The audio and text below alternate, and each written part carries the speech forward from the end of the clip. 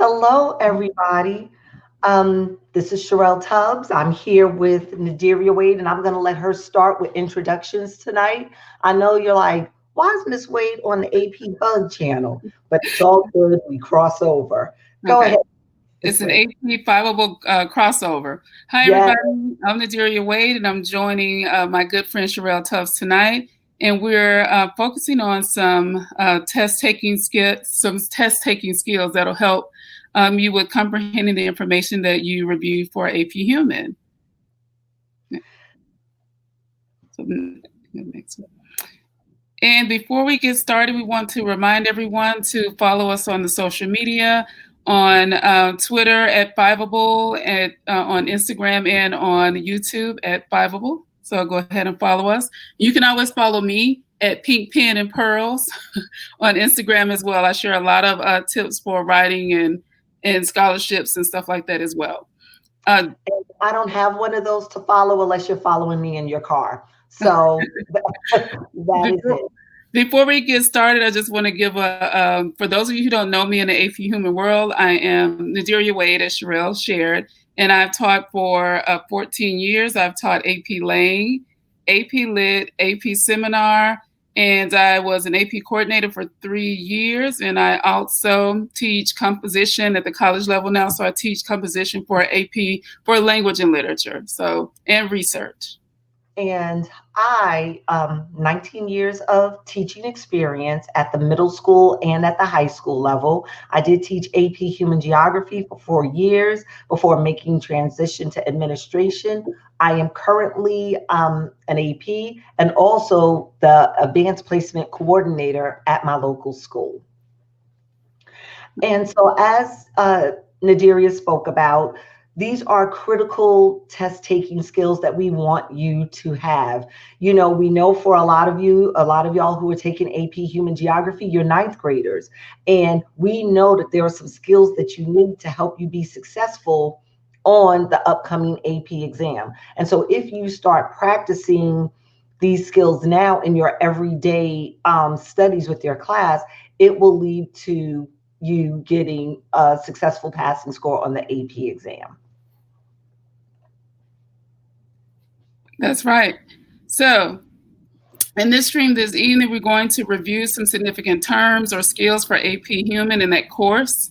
And we'll talk a little bit about how annotating passages, how that helps you, what that looks like, what that is. And we will practice annotating and reviewing an AP Human passage or a passage that connects to AP Human just to get some practice on those skills. So thumbs up if you're with us so far and you understand everything we've mentioned so far, or give us a happy face emoji. We're glad to be here this evening. And yes, thank you because we know it's late and there's a lot of activities. It just turned cold where we are now. So everybody is talking about how cold it is. So we appreciate you joining us this evening. So please let us know that you're there. I think we have a question too. Okay. It's a happy face. All right. Thumbs you. up for the happy face. And it's really neat to be able to share this screen together. So I'm excited to do this. Okay, so let's talk about some AP Human skills. So when you look at your passages or your prompts or any of your work for AP Human, you're going to notice some terms that you'll see. So the first thing I thought would be good to cover is the nuance of those different terms, because if you look them up in a dictionary, they're pretty similar, but I want to explain what they mean as far as reading a text and what the prompt actually asks you to cover, or what you should be able to master. So the first one is define. So define means to explain the meaning of. So you may have a concept or a term, and you're asked to define it. That just means to explain it thoroughly or define it, give the definition of. And you're probably thinking, well, how is that different from describe? Well, describing includes defining and showing clearly and completely. So that gives more text and more explanation. So being clear on a definition or a concept, giving more detail. Explaining is to clarify an idea or a problem. So again, that's similar to describing, but you're explaining it, you're clarifying that idea and explaining how it differs from something else. So you're explaining it in detail. Identifying is probably less detail or less explication, is more of indicating who or what. So you're establishing that this is something or this is someone. So identify is a little less, or it's less than explaining and describing. And when you're comparing involves explaining or describing something. So you're measuring it, or you're determining the similarities and dissimilarities between. So one or the other, or sometimes both. So I thought that was a good way to start. And give me a thumbs up or a happy face if you understand what I explained so far with these terms. And I'm going to add, while y'all are chiming in, is that it's important to understand that this year, College Board has really limited the amount of stems that are being used. We used to have compare and contrast, or at least compare. There were several different ones that were used, but College Board said for AP Human Geography, when we get to the FRQ portion, which you do have 3 FRQs that you need to write, when you get to the FRQ portion, we're going to focus in on your ability to be able to write about these things, being able to define, describe, explain, identify, and compare. And later on, as we get maybe closer to the exam, maybe second semester somewhere, we'll get into just how to write that FRQ. But please just kind of zero in on what Dr. Wade is talking about in terms of each one of these require a different type of writing, and that's also a different type of length. Thank you. You're welcome. And I can tell you, I forgot to add that I was a question leader for one of the exams for seminar. When we're looking at FRQs, we are looking for a student's ability to know the differences between those terms. So if it asks you to compare, and even though the word contrast isn't there, that's still a part of making a comparison, the similarities and dissimilarities. So you want to make sure, I always look at it this way, if you're giving above and beyond, then that pushes you on the rubric towards the end of exceeding. So the next slide, what we're looking at right now, and thank you, Helena, I see your, or Helena, I see your smiley face, so thank you for chiming in and letting us know that you understand, so thank you. So this slide I wanted to show from AP Human Geography. This page was taken from the new manual, the 2019-2020 manual that's changed, or the content. I want to show you how those terms are used in each unit. So if you look at skill category 1 for concepts and processes, and I'm not sure if you all can read that, but analyze geographic theories, approaches, concepts, processes, or models in theoretical and applied context. So if you look under skills, you see describe geographical concepts, then explain geographical concepts, and then compare geographical concepts. So if you look at each 1A, 1B, 1C, it adds a layer of complexity to each skill. Do you agree, Shirelle? Most definitely. And so the question that you want to ask yourself as you're going through your units of study, and I'm not too sure where you are right now. I know at our local school, our current AP teacher is in the economic development unit. But when you're looking at each of those sections, are you able to do what it's asking of you here in the College Board standards? So, when you're thinking back to your population and migration, or your geographical thinking unit, the first 2 units that you might have completed, what are those things that you were able to walk away doing and did describe, explain, and compare come anywhere near to what you can do? That's good. Wait, let me click to the next one. Yes. All right, so one of my favorite skills or things to do to help with AP is annotating. So we'll talk a little bit about what is annotating and why do we annotate, and how can annotating help me? Can it really help me, and how can it help me with AP Human and my FRQs? So I always like to check. So really quickly, if you can send me an emoji about how you feel about annotating. If you feel really good, you know what you're doing, you can send a happy face. You're like in the middle, a little questionable, I don't know what my teacher's asking me to do, I kind of just sit there, you can send a straight face or a sad face. Just want to get a gauge on how comfortable you are with the skill of annotating. And here's the other thing that Dr. Wade and I, talk about is, a lot of times you may be familiar with this skill in your language arts class, but please know that it is transferable across contents. If it's good enough for language arts, you should definitely be using it in your social studies class, in your AP Human Geography class, because social studies is a language arts class. Historically, that's ours. So these are really good skills to have. Right, very transferable. Also lets you, especially with social studies, because it's often fact heavy and text heavy, similarly to language arts. So it's definitely a skill I would use or encourage students to use in science and social studies, actually. So what does annotating look like, or what is it? So if you hear the term close read, we're going to close read a text, you probably hear that in your English classes or your language arts classes.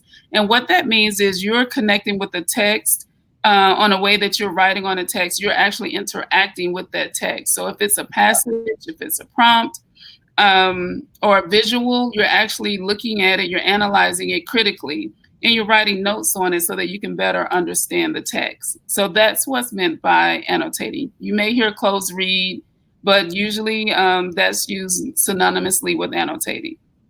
And I'm going to jump in right there because there are a lot of visuals in AP Human Geography. You're looking at various charts, maps, graphs, images, and you have to be able to extrapolate from those images the full story that it's trying to tell. And so I would often teach my students, we don't just annotate text, we also annotate visuals. Because there's things there. And so I'm happy that Dr. Wade said that, because that just solidified that point. Thank you.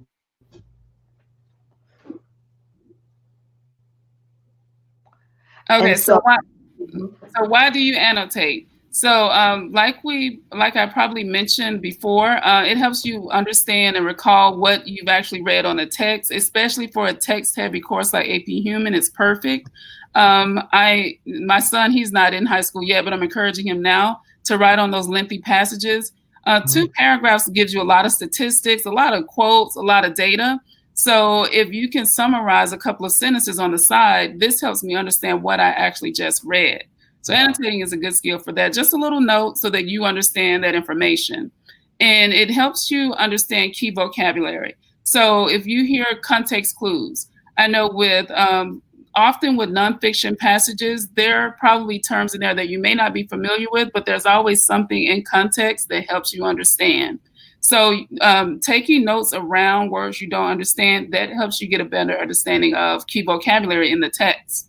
Also making connections. Something that I encourage English students to use, even my college students, and they raise an eyebrow when I tell them this, but then after we get into the practice of doing it, they like it. I see them, I see a little smile. I say use an emoji. And the first time I told my college students to do this, they gave me an eyebrow. And I said, no, seriously, because think about it. Students will relate to an image easily before words. So if it's something that's confusing or something that's sad, statistical data that may be sad, if you put a sad face next to it or something like that, then you can relate to the emotion of it, making a connection to it. Would you agree with that, Shirelle? I would, and I think that's you stated another point that I thought was key as well, and that's about the key vocabulary, understanding it. AP Human Geography is a vocabulary heavy course. I would tell my students, look, if you can just get the vocabulary, the words are coming at you so fast. Agglomeration, bulk waning, bulk reducing, free export zone, like all of these concepts that you have not come in contact with in your 8th grade courses the year before. So you have to make connection. You should be doing a tremendous amount of reading, whether it's your textbook on a daily basis or a article. But I really think that that's key about the connections and about the vocabulary. Thank you. And help clarify misconceptions. So anything, one thing that I like to work with a lot with students is going back to what Ms. Tubbs said about vocabulary. Often words have different meanings depending on the context. So I'm constantly, I know with my son, I reference him a lot, but reminding him that this word can mean something in one context, but using it in a different content, the meaning changes. So clarifying misconceptions about terminology as it relates to different courses, that helps. Annotating helps with that. And if you were there for my stream that we did about scale, analysis of scale, I spoke about that in different contexts. A scale could be that thing that I get on that I'm afraid of, that tells me my weight. Scale can be musical notes that you play, or scale can be looking at things from a global, national or local perspective. So clearing up that misconceptions is very key. Okay. I like this. Okay. So this is annotation in social studies.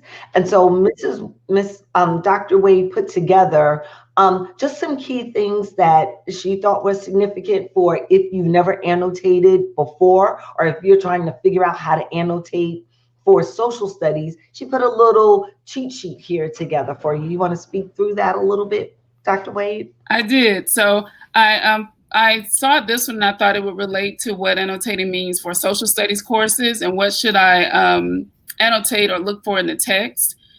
So what's the purpose of annotating as it relates to social studies, just so that you can have a separation from language arts and social studies. Yeah. So to hold my thinking so it can be remembered and reused later.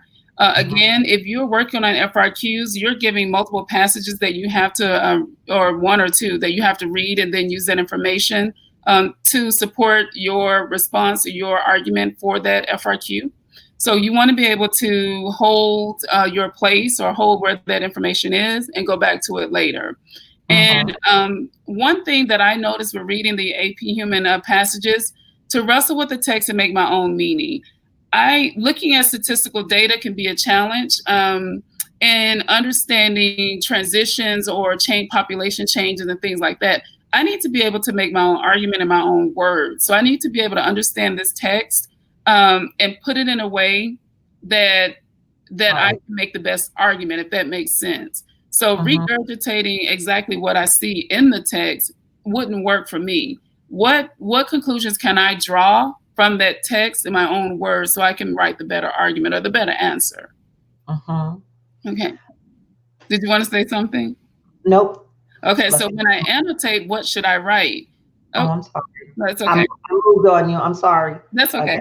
So when I annotate, what should I write? So for social studies, record the who, what, when, where, and why. When and where. Maybe there's not a why, but maybe there's not a why initially, but the who, what, when, where gets you to the why and how.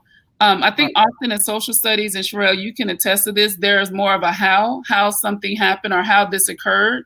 And then the why is inferred. That's my perception. I may be wrong. Am I incorrect on that? And there are some whys when we're reading various texts. But I find it more so not when we're reading textbooks, because textbooks will tend to give you the why. When you're reading articles, though, which is what we're going to do this evening, then you really do need to start thinking about that why. Like, why is this taking place? Because they may not necessarily state it in the article. And that's where you're going to need to say, okay, what is this connected to? What questions, which Dr. Wade's going to get into, what else can I connect this to? But there are some whys that we can answer with the articles that we read. And so with recording the questions, That's writing the questions or writing questions. What questions do you have further that'll help you understand the text or dig deeper into the text? And record your connections. Again, if text to self, text to text, and text to world. For the text to self, often when you're answering FRQs, you're limited on time. You may not have a lot of time to write a whole lot of rhetoric, but what you can do, like I said, what's quick and easy and relates to you is an emoji. So if you can, or I put maybe symbols like question marks. If something's confusing or something connects to another part of the passage, drawing an arrow, that helps. Just symbols to help you make the connection. So that's a way to record your connections and record your opinions. Making an argument, the commentary often involves your opinions on a topic or on an occurrence. So recording that and record your thinking on something that's new to you. That's like an aha moment. If there's something in the text that you didn't think about, I was like, oh, this makes sense. And you'll see in the text that we're about to read, there was some new information that was presented to me that I didn't think about. And it didn't connect to me until I read it 3 times. So toward the end, I said, oh, this is a little alarming. And so you will see that's just like, I don't want to give a spoiler, but you'll see that as we get to the text of what we're reading. Okay. So now we're going to jump in and get to our text. And so Dr. Wade is going to take us through how does this apply to AP Human Geography. So let's just jump right on in.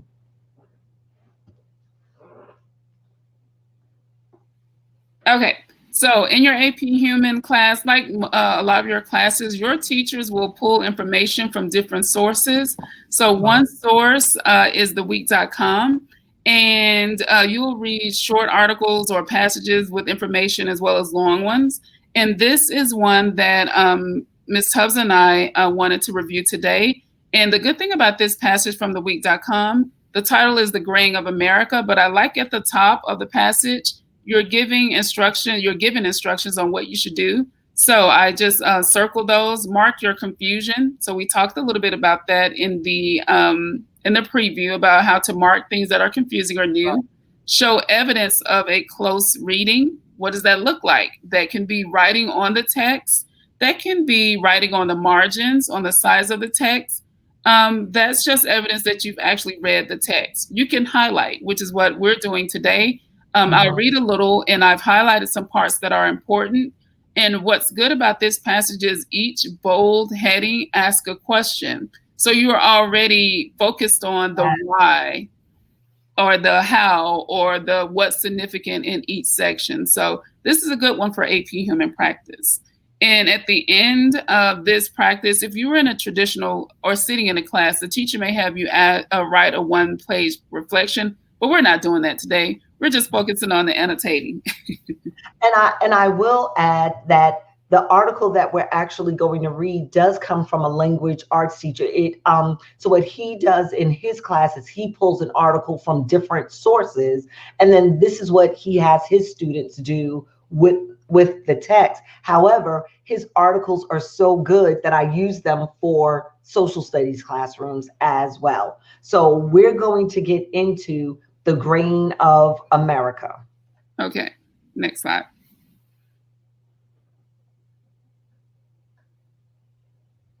Okay, do you want me to start with this one? Yes, you can. Okay, so the title of the article is called The Graying of America, and it's from theweek.com, and it says the number of Americans 65 and older is projected to nearly double by 2060. Here's everything you need to know. Why does this matter? America is in the midst of a profound demographic transformation that will render its population significantly older in the years to come. In 2014, the percentage of Americans aged 65 and older was 15%, already an all-time high. By 2030, that will rise to 21%, and by 2060, a remarkable 24% of Americans will be in their golden years. By 2035, the number of those 65 and older will surpass Americans under the age of 18 for the first time in the country's history. This graying is already well underway.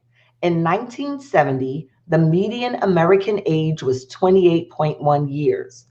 46 years later, in 2016, the median age was 37.9. As the median age continues to advance, it could have transformational consequences for large swaths of American life, including the workforce, the economy, the solvency of the social safety net, even the way sidewalks are engineered. Okay. You want me to? Mm-hmm.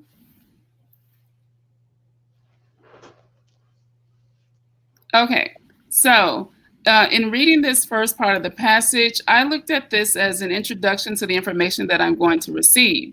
So I know that this heading, the number of Americans 65 and older, is projected to nearly double by 2060. And here's everything you need to know. And literally, in a summary, this is everything you need to know. So why does it matter? Okay, the first thing I highlighted was profound demographic transformation. So I know that demographic means the group of people, and transformation, I know that means that things are going to change. And so I know that this will stand out to me for later. I don't know why, but I know that it's important. Now, one thing in this passage, I put myself in the mind of a student, and I would think this is a lot. These are a lot of numbers for a passage. So what do I need to, I know that this is an introduction. I'm probably going to revisit this information. So for this one introduction, what do I need to know? So again, I went to, by 2035, the number of those 65 and older will surpass Americans under the age of 18. So to me, I thought, so that means I would write on the side in the summary, wait, I'll have more older people than younger people. Because if this surpass means this number, yeah, it will, so less younger people and more older people. And if you're under the age of 18, think about that.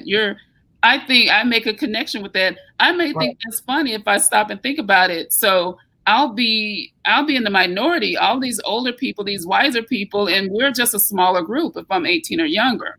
And that may be alarming to me. I don't know what my initial feelings would be as a student, but I'm putting myself in the mind of a student, and I stop and think, wait a minute, is that right? What are they saying? So then now I'm instantly interested in it. So the last, go ahead, Wade. So the last part, as the median age continues to advance, it could have transformational consequences. Consequences, that doesn't have a positive connotation. So I'm thinking, okay, what that means, some kind of negative outcome, and for large swaths of American life. So I know that means what do those changes look like? So at the end, the last word, the last sentence, usually in some type of passage, you know, that's the main point or the thesis of the article.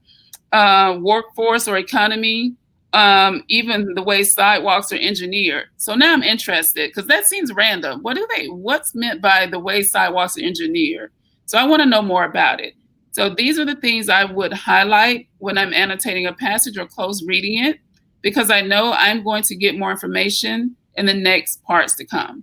And what we did for these sections, we took a small chunk of one article and we broke it down, Shirelle and I, Ms. Tubbs and I, so that we can look at each part and highlight or annotate what's important. And I want you to know that Dr. Wade and I did this in separate locations, and I know you can't really see this well, but this is my article with all of my annotations around it. And the things that she highlighted are things that I have highlighted as well on my actual paper. And so I want to pause before Dr. Wade goes into annotating and talking about the next section, is talking about the AP connections, because this article is very much connected to what you're studying this year in AP Human Geography. So on the side here, can you type, what are some things that come to your mind? What are some vocabulary words that come to your mind just from what you see here on the screen? Just go ahead and type those out. and it's okay if you use initials. I'm pretty sure that I'll get it.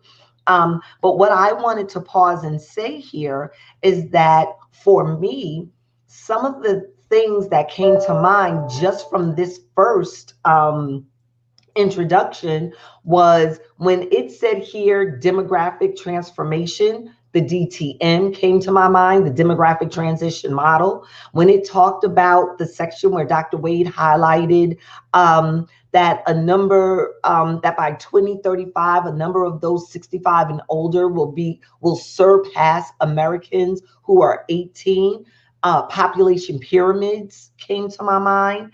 Other things that came to my mind during this section was the exact model that goes in line with the DTM, the epidemiological transition model. Like, why are these folks living so much longer? Like, what type of medicines or what's going on in our healthcare industry that is causing this population to live longer than, in the 1940s or in the, 1800s?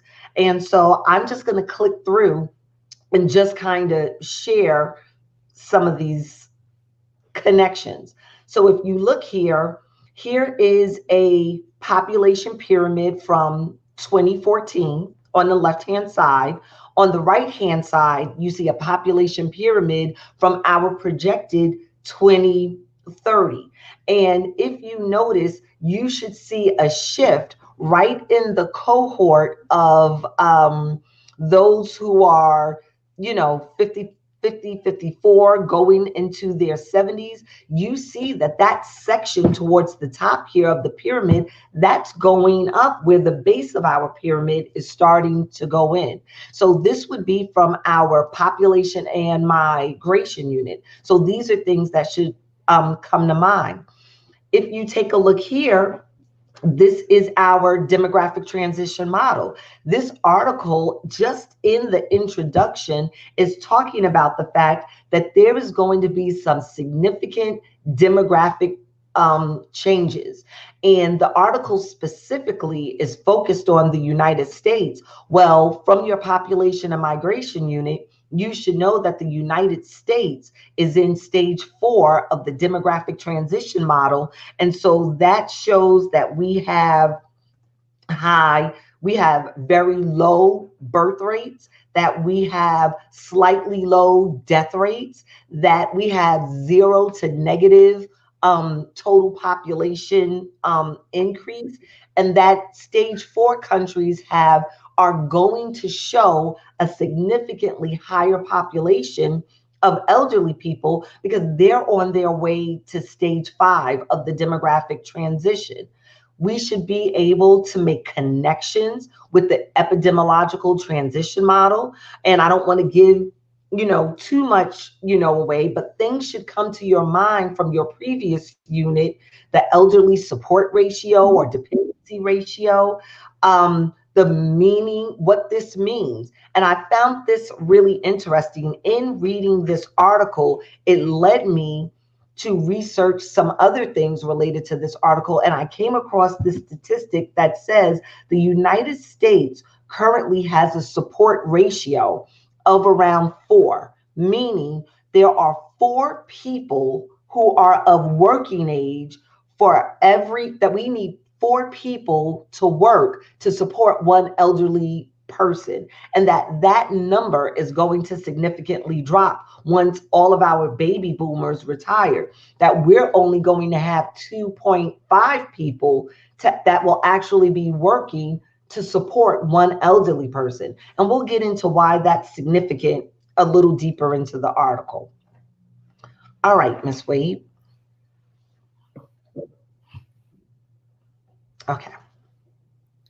Okay, so in section 2 or the second paragraph of the one passage, what's driving this transformation? So a confluence of factors. Americans are not only living longer. One born in 1900 could expect only 47.3 years, but fewer of them are being born. In 2018, the crop of newborns was the lowest since 1986. about 3.78 million, continuing a downward trend that some are now labeling the baby bust. The dramatic birth weight decline is occurring at the same time that America's second largest generation, the 77 million strong baby boomers, born between 1946 and 1964, are moving into old age. Boomers are now turning 65 at a rate of between 8,000 to 10,000 a day. By 2030, all of them will be older than 65. In the face of these statistics, the U.S. Census Bureau has sounded the alarm, calling 2030 a demographic turning point for the country. So the next slide we'll look at is what I annotated, because what I want to know is what's driving the transformation, what's driving the change that leads to the graying of America, or what's driving this. Okay, so what I see first, what starts is several factors. So Americans are not living longer, but few of them are being born. So, not only living longer. Sorry, not only living longer, but a few of them are being born. So that means people are, in 1900, the life expectancy was a lot shorter. But now you have people living well into their 70s, 80s, and longer. So anyone over 65 possibly living longer, but in a certain age range, you've had less children, or people have had less children. So that's the conclusion I can draw from the two parts that are highlighted. And I would write that. And so moving down, the dramatic birth weight decline is occurring at the same time that the largest generation. So the baby boomers, I don't know if Shirelle touched on what a baby boomer is, but during that time period between 1946 and 1964, you had a lot of people that were working, and I forget the specific characteristics of the baby boomers. So the baby boomers are called the greatest generation, and they would have been the group of folks who started to be born after World War II took place. And so it's about an 18-year span of time. And so I think in the article you have it highlighted that if you were born between 1946 and 1964, so this may be, I'm not too sure how old you are. I know my mother and my aunts are considered baby boomers. Okay, right. But I'm after, not to age myself, but I'm after the baby boomers. So I'm generation, what is that, X? Yeah, we're X, Wade. We're X. So I'm not a baby boomer. I missed that cutoff, but the characteristics of following like Generation X and Generation Y, there are always outliers, but they've had less children than those baby boomers. So that's what starts that transformation. Okay, so when you see the part at the beginning, fewer of them are being born. That's because after that generation, getting to the X, the Y, the millennials, fewer people are being born. And then the last part that's highlighted, the U.S. Census Bureau has sounded the alarm, calling 2030 a demographic turning point. So that's when you will see the largest decrease, according to the statistics. And I'm going to just piggyback on what Dr. Wade said, because a lot of my annotations afterwards said, why did this happen? What are some of the connections? So going back to what she stated in our roadmap of like how we can annotate is looking at those connections. Again, if you could take the time to just type, what are key terms that come to your mind that would answer the whys that you have within this passage. So I think of the fact that she said, why it states in the article, Americans are not only living longer. Well, what is causing people to live longer? So you should think about the epidemiological transition model. We have epidemiology is like why people die, or it's the study of why people pass away. And so it's the 21st century. We have vaccinations. We go to the doctors more often. We have better health care. We have free checkups within a year. People are having fewer children. Well, fewer children are being born. Well, there's only one group that can have children. And so let's start thinking about women. What has happened between the baby boomer generation and Generation X that may have caught that is contributing to the population going down. Well, I didn't get married until later on. And then I didn't have children later on, where my grandmother had 8 children and my mother had 3. I only had 2. My sister only had 1 child. And not only is that contributing to a decline in the population, well, my attitude is, well, I would like to go to school. Going to college is so as the status of women change, you're going to see changes take place within your population. And so that most definitely is going to contribute to what's going on with this baby boomer and why we have, more of the greater generation than we do of Generation X, Y, and the millennials. So that's definitely goes to some of those whys. I love this. Did you have anything you wanted to add, Dr. Wade? One thing I forget to put the smiley face on, but I'm always a big nerd about words. And I think about, we talked about the baby boomers and in quotation, the baby bus. So the opposite, I would have connected with that because I know that that's the opposite of the boom, the bus. That means that's something that would have made a connection to me as a word nerd. So I like that. And I actually have in my notes on the next slide, consider the status of women and how this relates to the baby bus. So I'm happy, y'all, I'm such a student of Dr. Wade, so I wanted her to know that I'm learning. I like this article. I learned a lot about it. It made me raise my eyebrows like, wait, what? That's right. That's a good one. And I thought that this image that Dr. Wade included on the slide was worth blowing up, because you may have a question about, well, who are these boomers and what is this bus? Like, who are we talking about? And so to get that visual of like, and I believe, Dr. Wade, I think when I researched this, I think this visual came from like a New York Times article, or it could have been an AARP report. I couldn't remember which one it was from, but those born in 1946 at the beginning of the baby boom, these are some of those celebrities. So we have 2 presidents that are located in, this category, and actresses.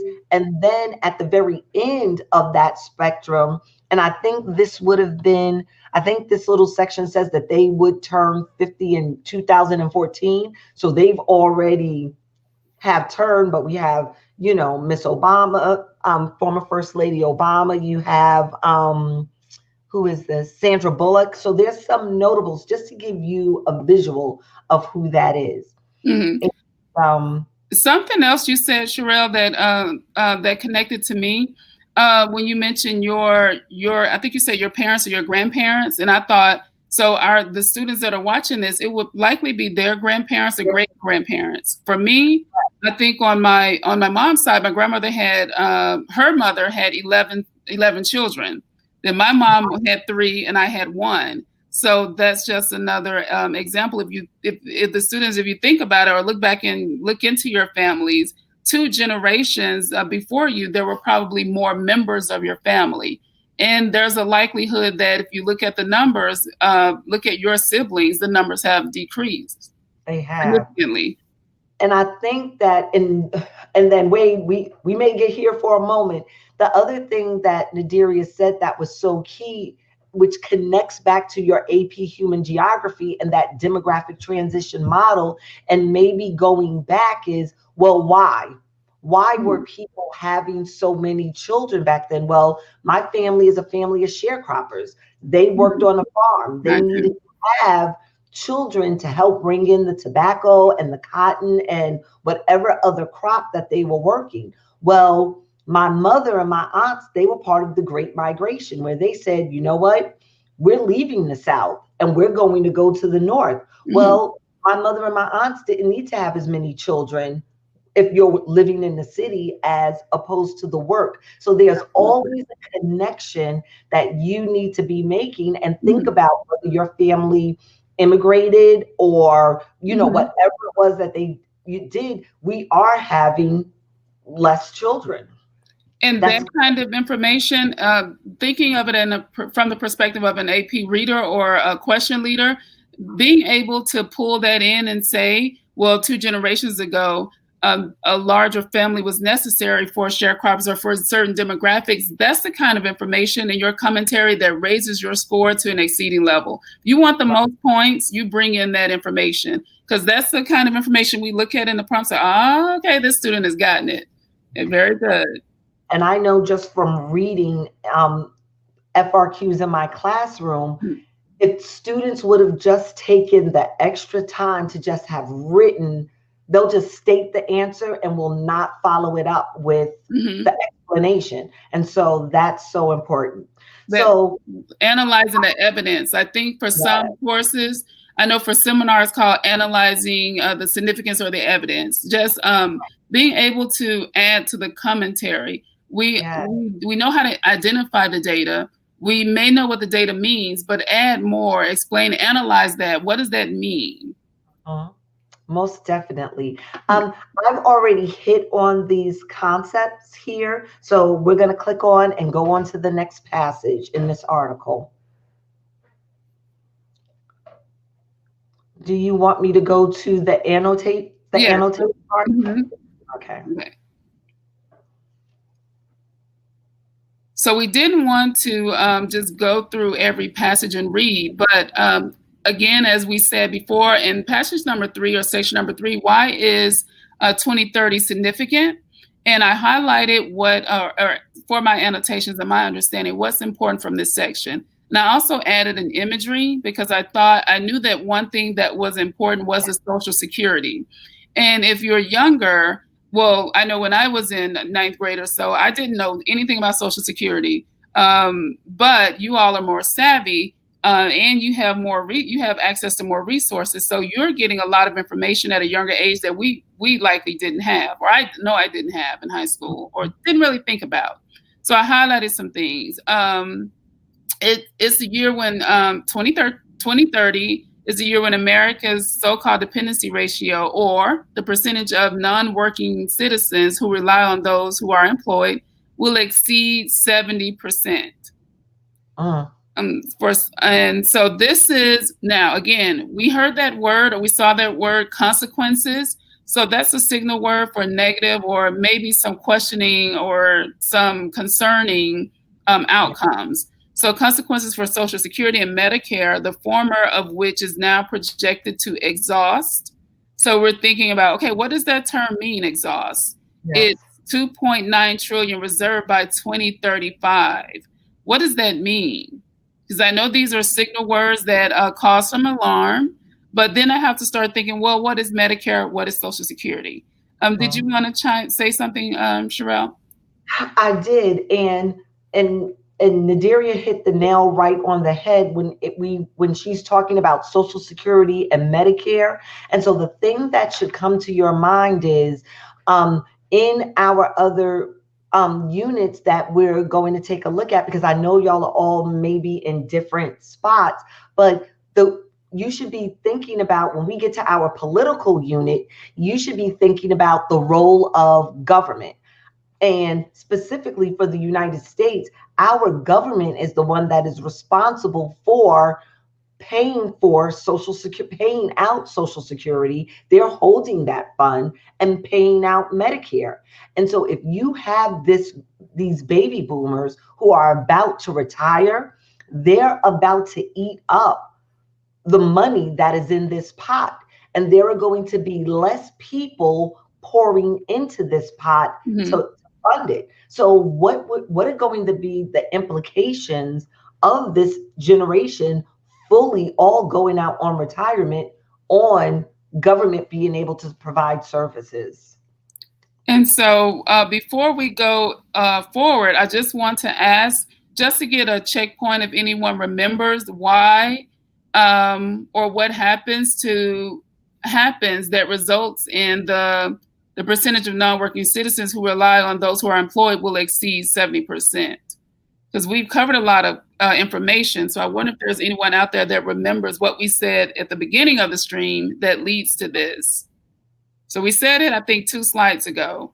Okay, question one more time, Wade? Okay, so does anyone remember why this is? Because I think we gave the information, but we didn't address why there is a percentage of non-working citizens who rely on those who are employed, what that actually means. So I know we have some people on. It's okay. So in the beginning, the first section, we talked about how those who are over 65 will double the number of the people who are under 18.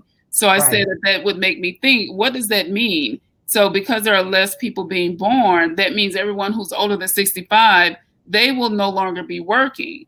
And so that means for Social Security, that's the money that if you've worked so many years and when you work a job, the money that comes out of your check covers Social Security and Medicare for when you're older and you can no longer work. So if you have more people collecting Social Security and Medicare, because that's only for people who are 65 or 67 and older, and you have more people collecting that and no one paying into it because we have less people now working. So that means that's why the money that's on reserve will exhaust. So 2.9 trillion, that's a lot of money to deplete by 2035. So that's why that part is alarming. Because remember at the beginning we said, just to recap, you have double the number or way more people older than 65 than you do younger than 18 or younger. So if you think about it, we're in 2020, so in 15 years, if you're 14, you're 29. So that means less people in your generation or your age group are working, paying for Social Security. Correct. And so when we look at our political unit, the question that human geography explores is, how are we going to address those questions and what will it look like on the landscape? Like, how is that situation going to impact the landscape? And it will have a significant impact of what America will look like when this generation retires and how our government is going to respond.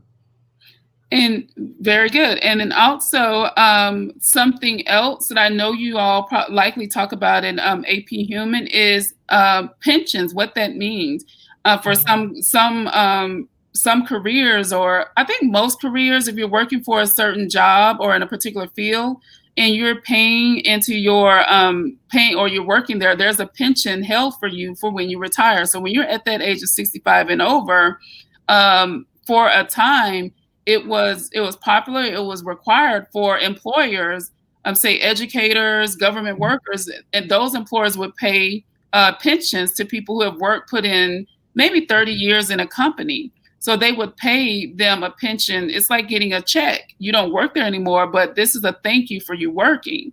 So they would pay that money for maybe 20 years or so, or it depends on the employer. But if you look here, what I highlighted, employers have mostly eliminated pensions.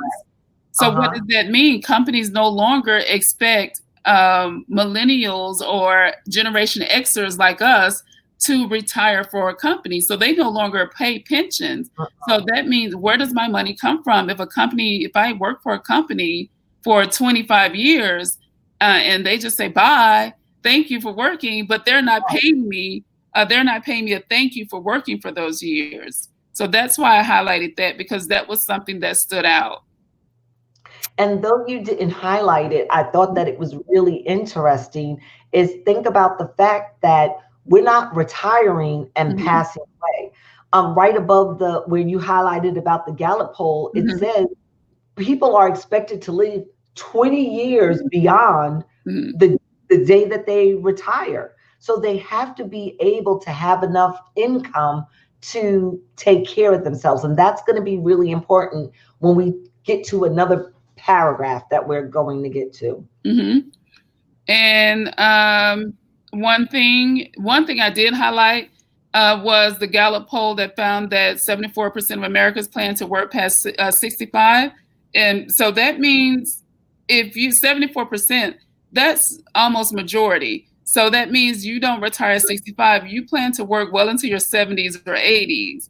And that's a long time because they're not saving, and they're not saving for retirement. The issue is companies not paying a pension.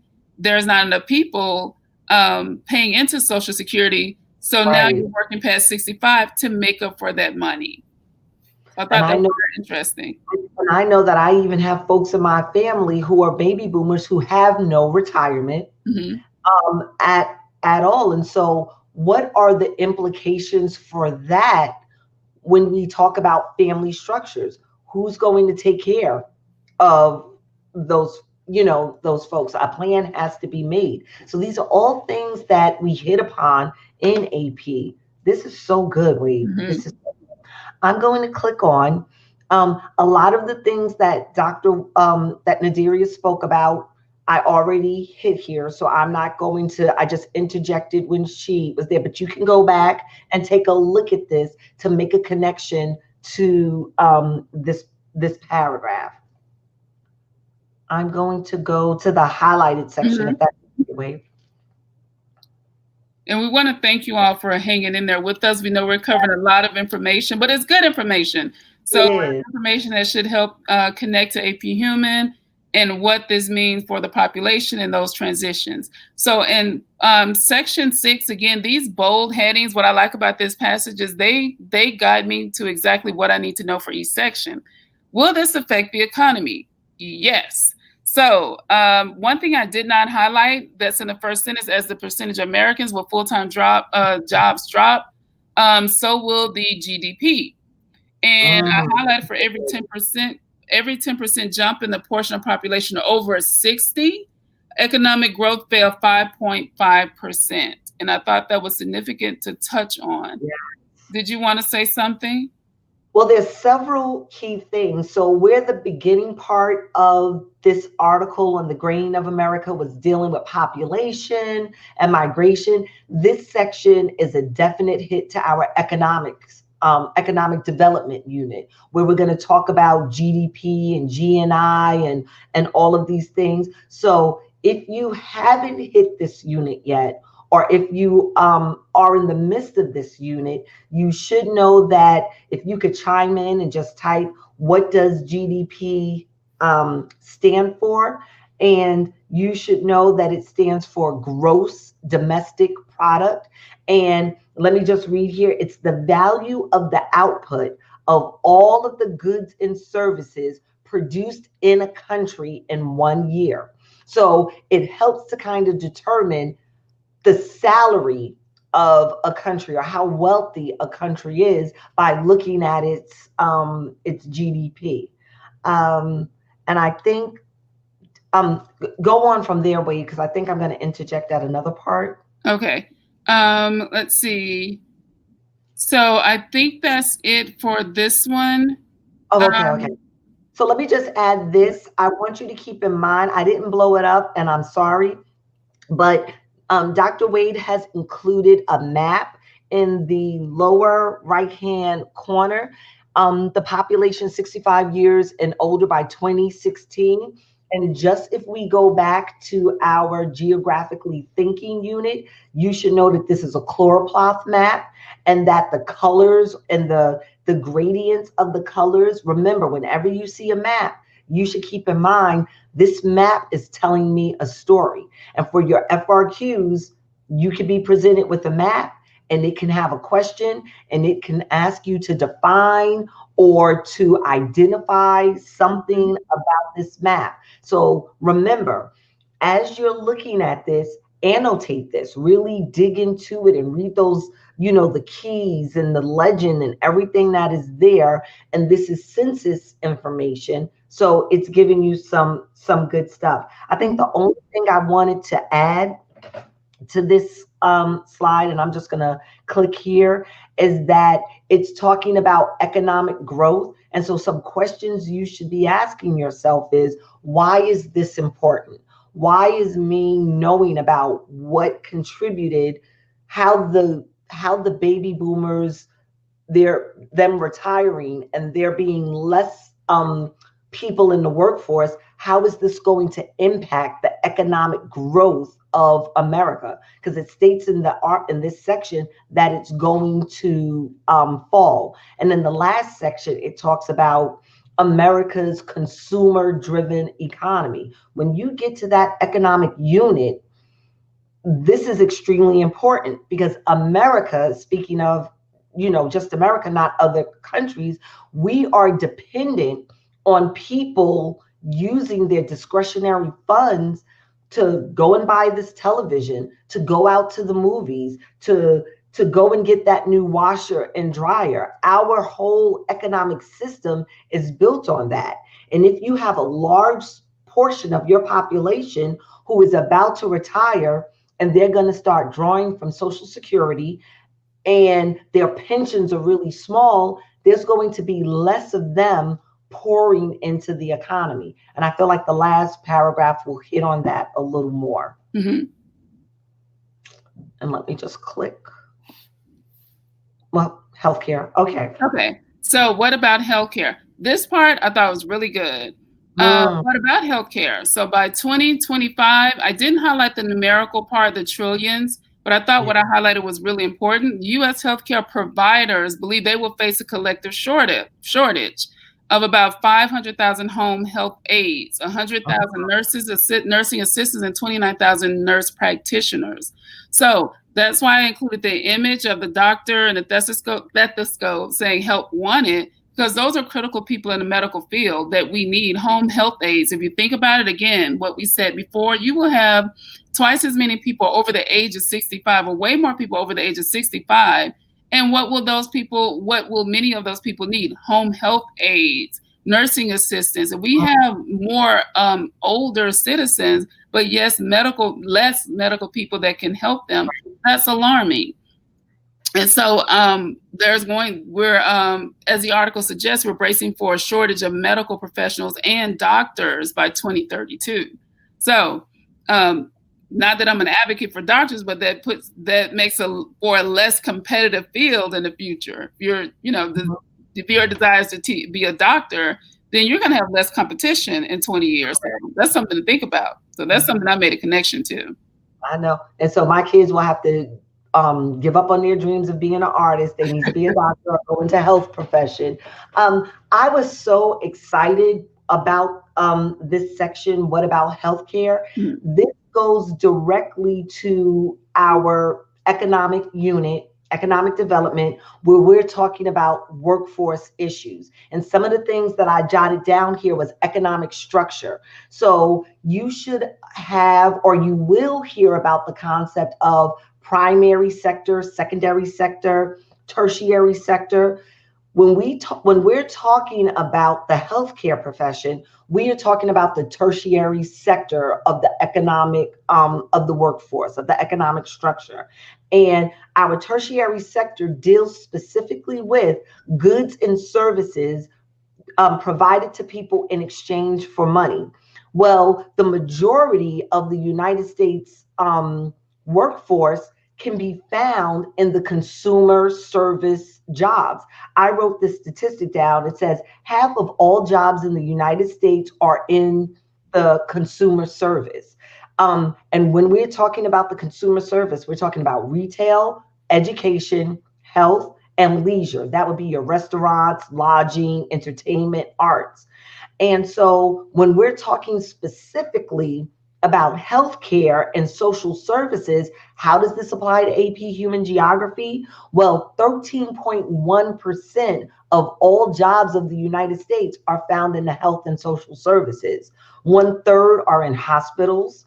A half are in other healthcare services. So that could be doctor's offices, nursing homes, and we have 1/6 of our working force that's in just social assistance. So when we talk about the graying of America and there being less workers to support this generation that's about to retire, when they're talking about these numbers here, what Nadiria is talking about is significant. So are there any laws that our government is passing that's going to impact healthcare professionals or folks who are retiring or jobs in these fields?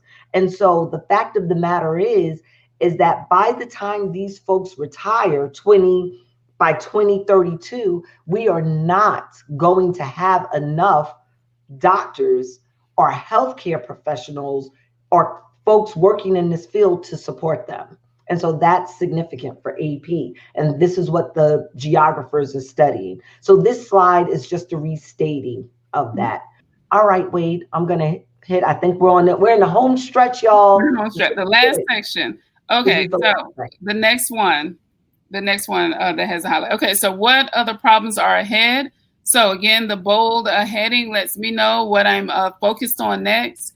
And this is something that was mentioned earlier, and I said I didn't want to give it away because it was something that you wouldn't necessarily think about. You think about the economic outcomes, you think about the population outcomes, the social outcomes, but okay, so what I highlighted, crosswalk timers will have to be reset to give them more time to get across the street.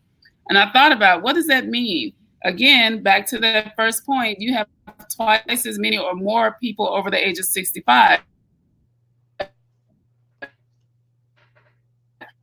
That means more people are moving slower, and slower actually distant to move faster. So that means you have to reset crosswalk timers. And more curb cutouts for walkers. So more people are in walkers or in wheelchairs will need to be installed. So the number of homebound isolated seniors will dramatically rise, contributing to an existing loneliness epidemic. So in those two parts, you touched on emotionally or psychological problems ahead, as well as restructuring a lot of the way our land or our urban areas or city areas are designed, because you will have older people that will need adjustments. So I thought that was very interesting.